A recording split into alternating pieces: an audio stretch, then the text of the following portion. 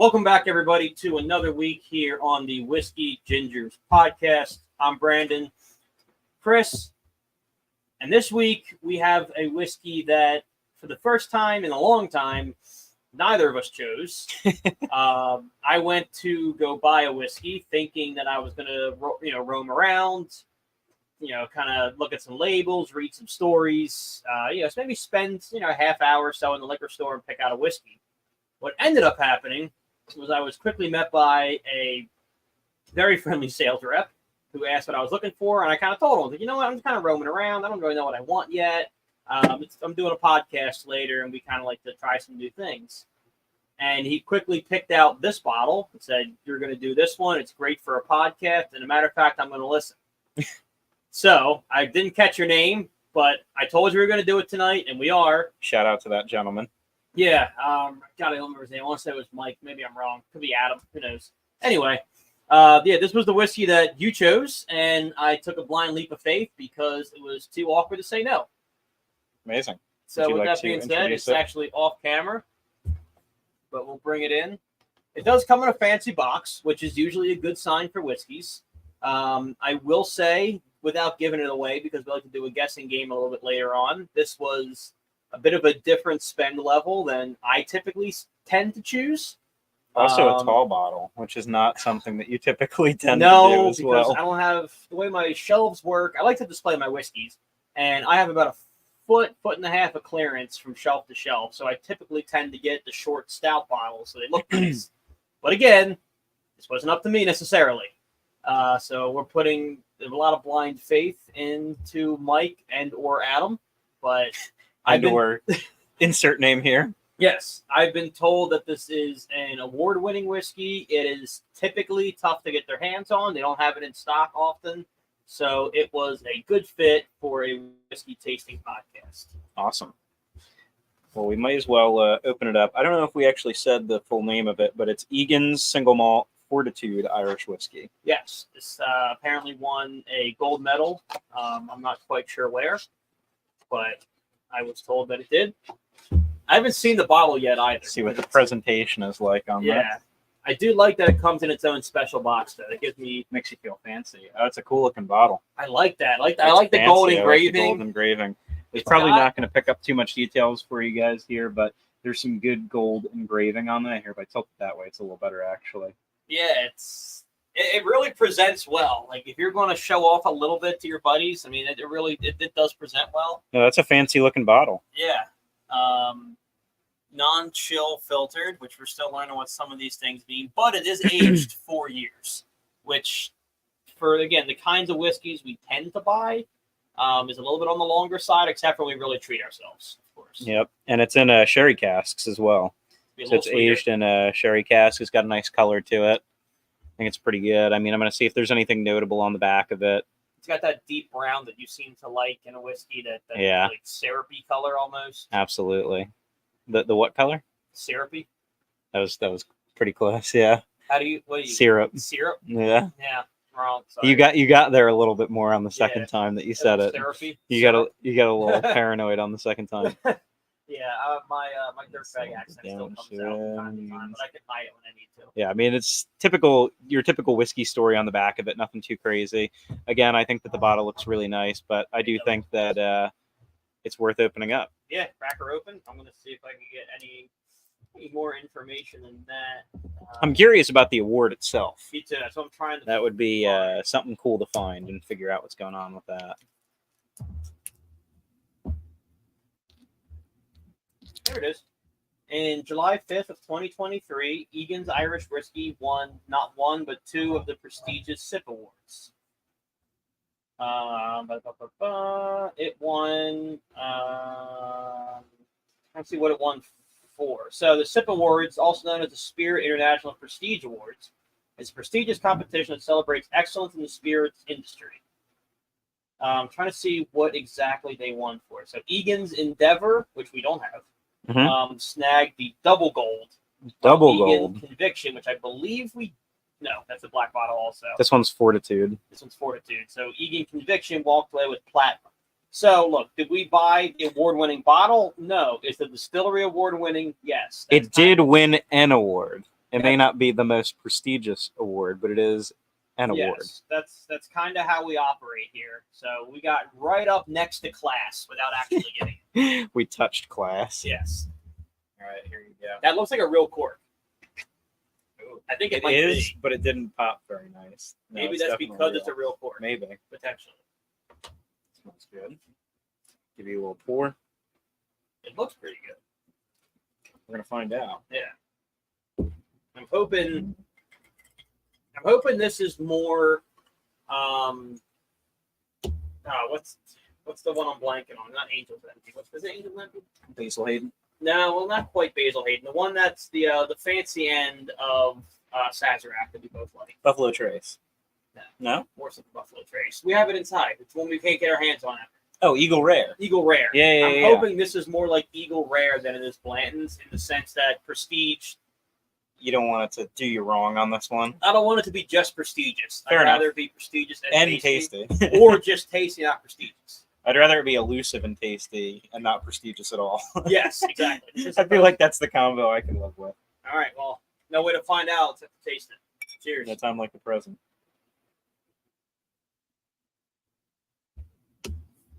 Wow. That's like got that a a big lot. sweetness to it, actually. That I sherry like that cast a pops lot. out immediately. It does. But it's not, it's the sweetness in a sense, like, I think it's really well done. I think there are some Irish whiskeys that try to hide some kind of imperfection with sweetness. Yeah. This you still get like a full-bodied whiskey flavor with a little hint of sugar on it. That sweetness hits it at the end. It leaves a little tingle on your tongue from the sweetness too. Not from like the whiskey per se, just like the sweetness. It's almost like you got that like sugar taste. There's on the tip of your virtually tongue. no burn. You know, it's really good. It's well done. Really well done. I'm gonna go for a second swig because it was good. Yeah, this is like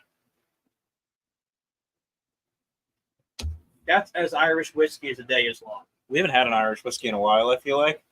What do? We did Kinsey not too long ago. Was Irish. Was Kinsey? Oh no, Kinsey wasn't Irish. Kinsey was a bourbon. I think the last Irish we've done might have been Four Walls. It could have been, yeah. We haven't done as many. It's funny because like every one we did when we first started, I feel like was an Irish whiskey. Yeah. And then we got away from it. No, this is delicious. I think it's really good. Yeah. I enjoy this as much as I enjoy Basil Hayden, I think. So Basil Hayden's hard for me to beat a lot of the times nowadays because especially when you can pick up a bottle of it for like $40. And it's a bourbon, so it is a little different. Yeah. So they can exist in their own worlds. Mm-hmm.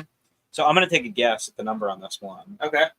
Because you've compared it to some like heavy hitters here. So yes. I'm thinking not necessarily financially. Okay. I'm going to say that you spent a price range of 50 to 60 on this. Low end, 50 flat. 50 flat. That's good for $50. Yeah. That's the same way I feel about Basil Hayden because Basil Hayden you can get anywhere from 40 to $50.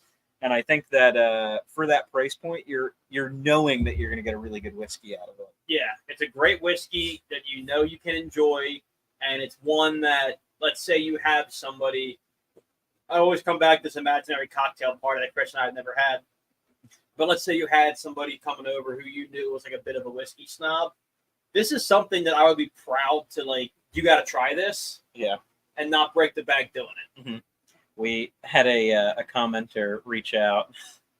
Are they in the frame? They're in the frame. We're having Cheez-Its. We're pairing Cheez-Its with our whiskey. Hey, I mean, look, that would be a very whiskey ginger charcuterie board. It would. If we had like Cheez-Its, Ritz crackers, some and like Fritos. That spray cheese that like comes out in that little glue kind of deal. Some Fritos in there. Yeah, I think there are also goldfish off camera as well as a Bud Light inflatable backpack. I feel like we've had this conversation before, but I'm definitely goldfish every time over Cheez-Its. No, Cheez-Its. Have we had that? So, oh my God, yeah. Dude, goldfish, you have to convince, and the only goldfish that comes close to Cheez-Its is if it's flavor blasted. I guess, but then they also have flavor blasted Cheez-Its too, don't they? They have like increased flavor of those. I feel like there's like double cheddar ones and stuff. Is it too much at that point then? Because some people swear by Cheez-Its. So if they have it right and then they double the flavor, is it too much flavor? It is. Like the one I have behind you is Cheez-It Original. And the reason I like those a lot, I mean, I'm not saying those are going to shine well because they've been sitting out here for a couple weeks. But Cheez-It does like sea salt on the little squares. layers. So you Gotcha. get the cheesy and you get the saltiness. My issue with Goldfish is they just taste like crackers. I don't know. I could eat an entire bag of those in one sitting. I could do, like I said, the flavor blasters I could do. Pizza Goldfish goes pretty hard. Like Yeah. the offshoots of Goldfish are great, but original for original, it's got to be Cheez-It. It's a no-brainer either And nothing way. beats Cheez-It white cheddar. Those are. I'll give you credit. Cheez-It white cheddar is Those are awesome. pretty good. Yeah, I can't really complain about those. Those are really good. They got that figured out. I forgot that was even out here. I mean, we do, for a podcast that gets absolutely no money from like any other brands. I mean, we got Cheez-It represented. I got Fireball represented. I got Milwaukee Power Tools. I got Heineken. Like, somebody somewhere, throw me a couple of bucks. Yeah, throw me a Please. freaking bone. Yeah, I'm not even a $25 gift card, and I'll put a flag behind me. Like, I'm easily bought. What else we have over here? Oh, that's Ring for beer. Oh, good. That's when you need your beer wench to go get you another can. Love that. Every man needs that in his bar. Yes, that was not given to me by my girlfriend. By the way. You can't see it, but Bud Light is off screen. I have a Coors Light also off screen. Like any one of you, somebody. Oh my Total gosh. Wine if you're out Actually, there. Coors is in frame. Oh, it is. Yeah, there you go. It snuck in. Yeah. Okay. Well, the mountains aren't blue, but imagine they were. My little college boy fridge is having a hard time. It's 104 in the Northeast at the moment, so cut me some slack. Is it that hot today? Not today. Yesterday was 104. Tomorrow's 103. So Oh my today's an outlier. gosh. No, thank you. Not interested. Hard pass. This June has been the hottest June. We kind of talked about it before, Yeah. but I just feel like in general it's been stupid hot. I do love when like we reference conversations that nobody watching Cares was about around, it all. was around for. Like it was at an unfilmed dinner, and we referenced it like, yeah, like we were saying before when none of you were watching. That's all right. Yeah, We're filling them in. We're catching them up. exactly. It's an all access podcast. Here. Well, we're talking about Cheez-Its and else Goldfish and everything else. Somebody else commented. It's probably one of them. Chris, you're sleeping on the couch Yes. outside. Our tonight. silent Cheez-Its all the producers way. writing in support of Cheez-Its. So this is officially a Cheez-Its podcast. Well, damn. You lost. Sorry, I buddy. lost it. It couldn't win your own household. In better news, Yeah. as we're talking about Goldfish and Cheez-Its and that childlike wonder, we were talking about our Let's Drink About It today, Yeah. talking about things that reinvigorate that childlike wonder. And you had brought it up because you had told me today Yeah, and that the liquor store you you went know what? to... The way you frame that makes me sound like a bad person. So He said that because it's your feeling when you're a younger person. There was no better feeling. I'll preface it with this. There's no better feeling. You get off school one day, you did really well on a Mhm. test, and your parents are like, all right, we're going to go get a toy from Toys R Us. yeah, And you're like, okay, I am super hyped now. I'm with you there. That is a childlike wonder. It just hurts when you replace Toys R Us with the liquor store. And then what we found out is that same feeling of I can have anything that I want in the store translates to some really cool liquor stores, and you happen to have access to Yeah. some pretty cool options. I mean, the options are limited here for us, yeah, but you happen to have some options on your way home from work that work out really well. So we That were just is- kind of thinking, what else inspires that childlike wonder as an adult? I mean, what's kind of funny about it is not necessarily like for me. It's not even an adult thing. Like I think you and I have talked about it. I know my girlfriend and I have talked about it a ton. But like, somebody could make millions off of an adults-only water park. Like when I go to a water park, the only part that makes me not enjoy it is the fact that like you just feel uncomfortable with the amount of kids doing the same activity you're doing. Yeah. But like I've never had a bad time at a water park. Well, I guess it makes you wonder who doesn't belong. Is it the kids that don't belong, or is it us that don't belong? No, it's in that setting. It's us. Or is it that there just needs to be a new market, to your point, Yes. where there's an adults-only water park? Yeah, like at Kalahari or whatever. Like that is for kids to have a good time. Yeah. So we don't belong. What I'm saying is like, dude, somebody could clean up. Even if you don't want to build a new park, do like Friday night adult nights or something. Fair enough. I think that would work. Like we're so excited for our cruise, and like what's a big part of that? Beers, buy a pool. Yeah. Bring that. Can't really go wrong with that. Yeah. I mean, the lazy river would be freaking packed. Right? Have a bar doing plastic cups. I'll pop my ass in a tube. and float around for a while. Instead of those like big tall slides being the thing that brings in all the tickets, it's just going to be the lazy river or I the still wave love a pool. slide, dude. I love a water slide. Or a wave pool. Wave pools make me laugh. Fun too. They make me laugh because it's like essentially going in the ocean, but not at the ocean. It really is. It's like it's paying for a free resource. It's very, very interesting, but I get it. I wonder who was the first person that was like, yeah, I'm going to take the ocean, but I'm going to put it inside this theme park. I mean, look, for us, we think it's ridiculous because, I mean, now we're a little bit further, but growing up, you could be at the ocean in, less than a half an hour? For me, I was 15 minutes away. 15 minutes from the ocean. Growing up, I was an hour from the ocean. So, like, we just thought that was insane.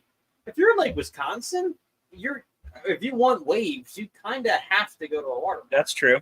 That's true. So I never thought about it that way. Maybe I'm just being spoiled. Yeah, I mean, we're just so used to living on the coast that you forget that the middle of America, but some of them have never seen the ocean. Landlocked areas. Isn't that wild, being landlocked? Yeah, I mean, we're landlocked. We're closer than we used to be. Yeah. We both moved an hour further from the ocean. Yeah. What about you? What's one that brings out Chris Jr.? Chris Jr. Well, oddly enough, it was kind of the conversation we were having off camera, which it always is.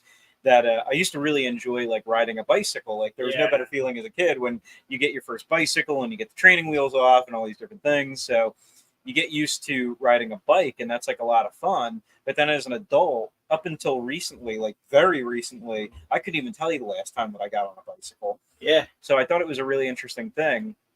And then to the conversation you were having, I was like trying to, make healthier life decisions and do different things as we're sitting here filming a podcast about drinking whiskey. I was thinking about healthier life choices and I said, hey, you know what? I'm going to try and get into riding a bike a little bit more often. And that definitely reinvigorated that childlike wonder. Just going down a hill for the first time and feeling that breeze hit you, it just inspires that childlike wonder of riding a bicycle for the first time. I love that it did that. Did it get there all the way? I don't know. I mean, maybe as you get older, the senses are a little dulled, so it's different. But the reason, one of the things I remember being the reason that, I thought riding the bike and I lived on a bike. My friends and I mean, we must have put thousands of miles on our bikes, but it was the fact that you could cover some serious ground. You had a sense of a sense of independence as an 8, 9, 10-year-old, whatever. Yeah.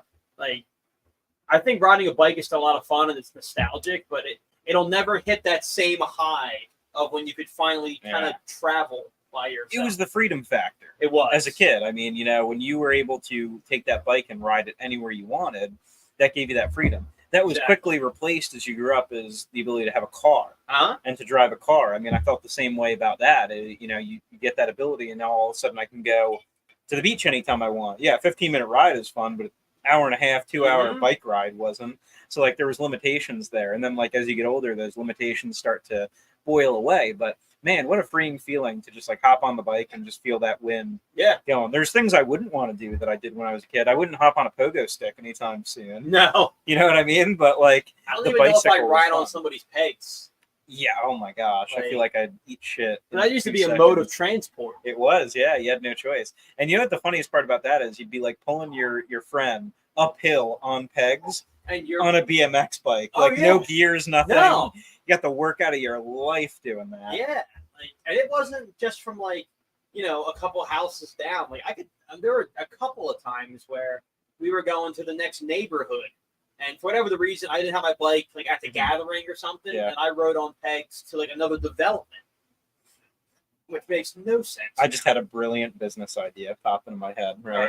So you know how there's personal trainers out there in the world, and they're they motivate people. You even see people sometimes when people are running, they'll have a person on a bike behind them, kind of give them motivational speeches, trying to make sure that they're going to keep going. So I'm going to start a business model, where it's a workout routine. We take an old school bike, we put pegs on it. Somebody is going to pedal it and pay me, and I'm going to sit on the back in their ear, beer in hand, just telling this person that they need to get more motivated. And just exactly, I'm just going to motivate the hell out of them from the pegs on the back of their bike. I know why she took the kids. Just like real hurt. All 200 pounds of extra weight that they got to be pulling through to get up this hill. You're like a drill sergeant. Exactly. That's awesome. Exactly. That's my new business model. So if anybody has any interest in, my personal training method, please reach out and let me know. I promise you're gonna have to take that shit somewhere outside of the Mid-Atlantic, because you've met enough people from the Philadelphia area and the other. There is zero shot that's working in Philly. Absolutely not. No. Fuck out of here, dickhead! They're just gonna start yelling at you. Then we'll just be arguing. Yeah, they will take criticism well. Then they'll just be arguing, and then I'll get knocked off the bike, and then I'll be stuck in the middle of Kensington, and it just won't be great. Yeah, dude, that's the last place. If you want to visit Philadelphia, take a ride through Kensington Palace. It's the same thing as London. Yeah, it's beautiful. Beautiful. Keep your head down. Take lots of pictures. Do you have that? Yes, I can. So good. I'm quite enjoying. You're gonna put a dent in that, I'm sure. It's not gonna need to go on the storage shelf. No, I'm very glad that this was my week, because this would have been a hard one to send back with you. Mm-hmm. Like, that is some of the trickier parts. Like, I was looking at my collection the other day, and I was like, man, we've done 40 weeks of a whiskey podcast. We just learned that number minutes ago, and I was like, I think I had 12 to 15 bottles that I've killed a couple. Yeah. But I was like, man, I feel like there should be more. And then I realized, half of them at Christmas. Yep. So like, there's some whiskeys that you and I have tried together. It's like, oh my god, dude, I could really go for some like Buffalo Trace right now. Yep. But I haven't, but then you haven't. And then I'm sure there's moments where like, God, Basil Hayden goes so hard, and it's here. Like, it's all about. I feel like atmosphere too. Yeah. There's no shying away from the fact that when we're shooting at the studio here and everything, like somehow the whiskey just goes down a little bit better. Yeah. In the environment. Well, it was built. We built it for this purpose. Exactly. So like, it's holding strong. It is. I've been doing some watching. There's one guy, I think his name's David Tao, that has a pretty dope setup. Like, he has like a whiskey cellar that he shoots from. Oh, that's cool. I will say, outside of him, I haven't seen anybody else build a set the way that we built this one, which makes no sense, because again, this is not monetized in the slightest. No. But it is kind of cool that we have it. We did have it pretty much. I don't want to say free of charge, but pretty damn near it. It was pretty minimal. I want to say, I'll have to look. I think this whole bar cost us $300. Maybe that might even be on the high end. It's really going to depend on this and some hardware. Yeah, I feel like that's about what it ran. And your stain and stuff too. Yeah, but still, which is pretty good. Insane. Yeah, that's really not bad. I think that the wood on the front has actually aged really nicely over the time that it's been on here. It's been cool. You guys never get the full scope of it from the angle that they're at, but it's cool. Yeah, I will say this. Typically I'm an on the rocks guy, like 100% all day, every day. And I still like this better on the rocks. This tastes drastically different, somewhat warm. You think so? I just had a sip where like, I didn't have enough ice in there. I do, but usually I'll give it a swirl and let the ice kind of chill it. Yeah. And I just pulled it immediately after I poured it. This tastes like two separate whiskeys, cold versus warm. I guess I wouldn't have the knowledge of that, because mine was, I guess, warm from the whole time. It's the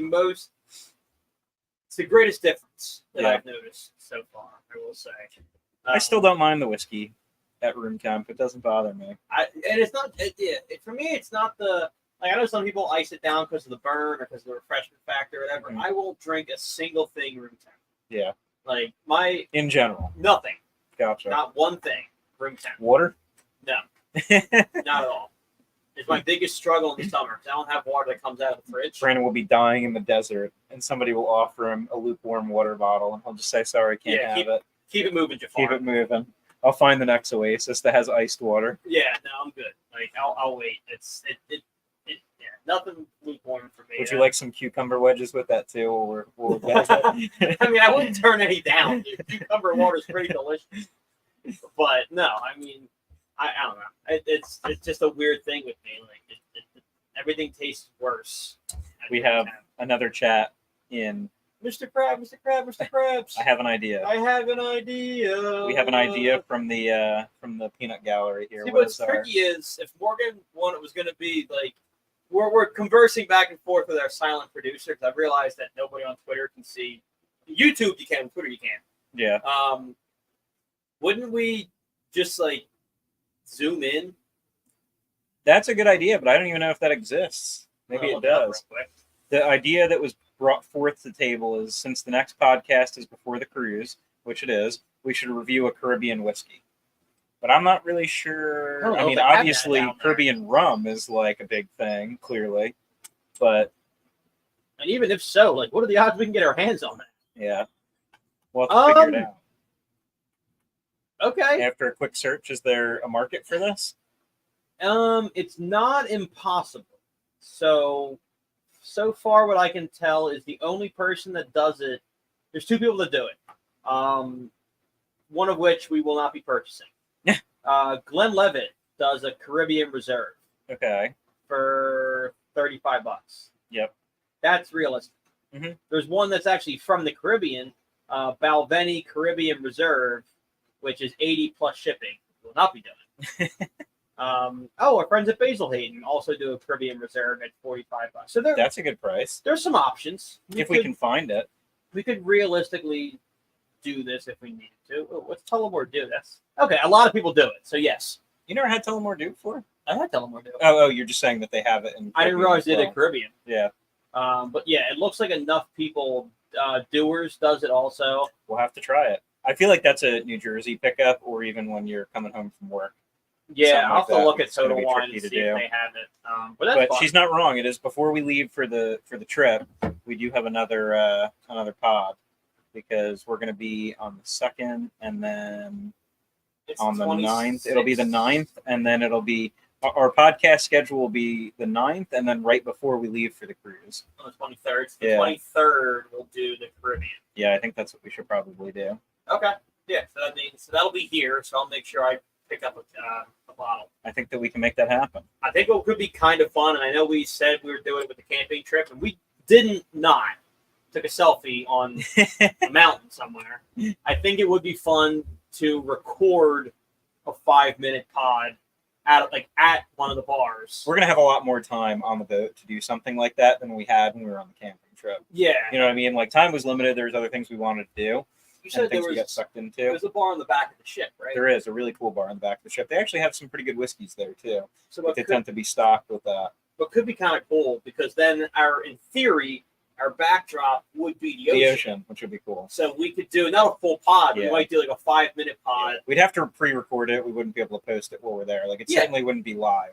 No, But we'd be able to post it when we get back. So that might be something that we'll try and do. because we'd have Jeff too. Yeah, we could even do a compilation of some, like, there's different. What we really should do is go to like each bar on the boat and do like a quick little thing. So like a 5-second Yeah, step at yeah. each bar and then stitch them together. Stitch them all together. I am working on that actually. So before we go, I'm going to try and pick up a GoPro because I don't know if you've seen them. I have a fake one, a faux pro, as I call It it. might be close enough, honestly. What people have started doing is you do like little second clips. Yeah, Then you get back and you stitch all the clips together, That'd be and it's fun. kind of like a snapshot of your vacation. yeah. We could do something similar to that, but with you, me, and Jeff doing shots around, not shots, but like, drinks around the ship. Yeah. No, we should. I think it'd be fun. Why not?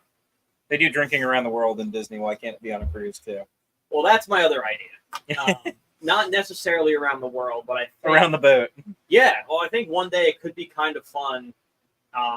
It's a pub crawl. Yeah, it is, and I'll probably wind up recording it. Mhm. But what we could do is for a day we'll do a drink counter.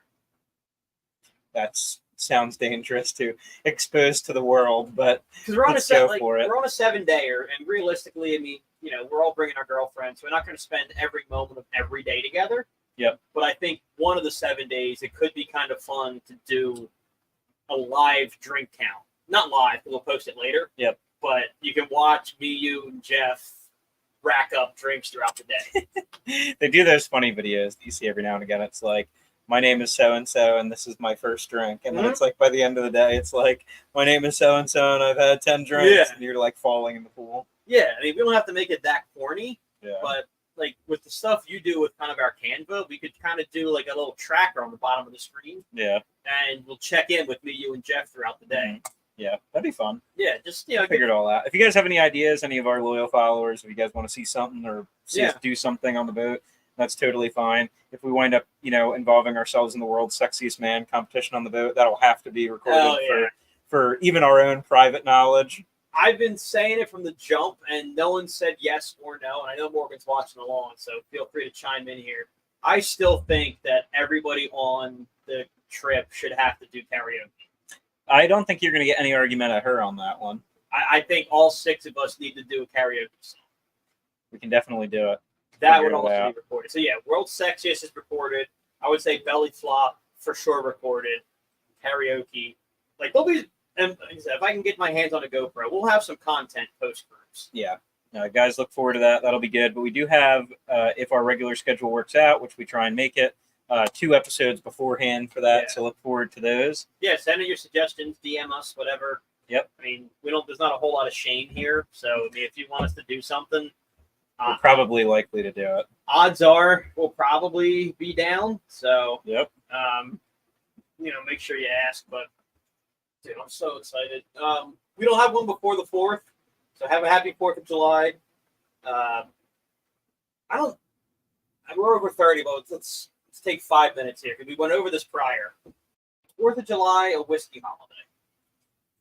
As far as you're going to be drinking whiskey? Yeah. I mean, I personally last weekend in the 100-degree weather had a glass of whiskey while having a cigar with my family. Just straight whiskey with a cigar with my family outside in the heat. At that point, I was already so damn hot that it didn't matter anyway. So for me, whiskey's an all-year-round thing. I can do it. I wouldn't pick it my first pick in the summertime, I don't think. Yeah. But, I mean, 4th of July, I would say, is definitely a beer holiday for sure. Yeah. Everybody wants a nice cold beer on 4th of July. Seltzers nowadays, probably even more so. I know, and I don't know if we've done that or not, but I mean, seltzers it's weird. This is the most toxic masculinity take, I guess, but I don't know, there's something about it. When you get done, when you're hot on the 4th of July, when you get done a long day at work, there's some situations where, God, I just want a seltzer. It's not the same as cracking open a cold one. Yeah. Like a Yingling, a Coors, a Michelob. I don't really like the seltzers. They don't really do it for me in general. Me either. So I'm totally fine.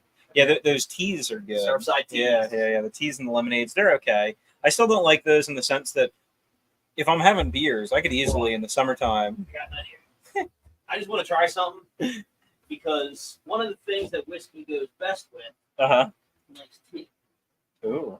Oh, you're fucking kidding me? No iced tea back there? No, it's in here somewhere. I know it is. I want to see if you can do. Here it is.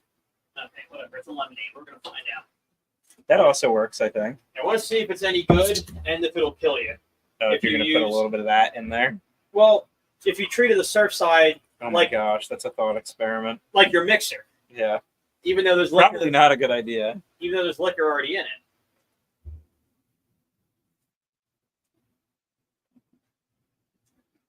That's better than it should be. Is it? Yeah, that's better than it should be. I mean if these are 4.5, we got about a shot of whiskey at 46%. How does that work? So this is going to go way over time. That's fine. But I was going to say, does it revolutionize? Does it add to the when you let's say you take a whiskey and you add that to it? Does it now become 50%? Because you're adding that in? Is it like a diminishing return multiplier? How do you think they calculate how much alcohol? If you were to take a volume amount of that and add it to a volume amount of whiskey, then how does your ABV come into play on that? That's insane. You got to try a little bit of that. Brandon's going to be falling up the stairs tonight. Oh yeah, that works too. Probably for the best. It should taste way more like whiskey than it does. It's pretty good. There's two alcohols in that. I wonder too, though. You were a little bit low on the whiskey when you put it in there, so I feel like it's a lot of that. But the sherry is actually coming through a little bit on the back end of that. Scientists here at the end of the day. We're mixologists. Yes, we'll go a little more whiskey, a little more lemonade. I love the funny part is you're like, well, it is a little bit heavy on the lemonade, as if that's not also alcoholic. I'm not saying that it's any less or more alcoholic. I'm just saying that the taste was different. We're using because you had said that it hides the whiskey, and I'm sure it did. But was there enough in there to hide? Still mostly does. I believe it. Amazing. Don't try that at home and don't drive later. Amazing. But that's crazy. Gosh. I think the way it would work is you would add to the bigger number. I would imagine so. I mean, like if you, because they measure it clearly in a very super scientific way. So, like, I mean, if you were to take the two, mix them together, and then you tested the ABV on it, I'm sure it goes up. Yeah. Does it go up, I guess, is my question, by the same amount that the lemonade is to the whiskey? So, like, if you're, I think this one's like 46% for the whiskey. Yes. 46%, and that's like 5%. Yeah. So, are you at 51% just by putting them together, or does it have something to do with the combination of how you mix them together and everything else? That's a question for people a lot smarter than we are. I would venture to say, because the baseline's 46, and then if you separate them, this is still... Although, is there a volume? With this, is there a volume question? That's my point, yes. I mean, like, if you only, poured out a quarter of that, are you at 5% or are you at I think you're 1.5%? Right. You're right. So, I think it diminishes. All right, before I black out, we should end this episode. Well, thank you all for watching and coming to join us talk about nonsense again. We always appreciate it. Brandon's going to sleep good tonight. I'm going to pass out pretty soon. Again, thank you all for watching. We've been the Whiskey Gingers. Peace.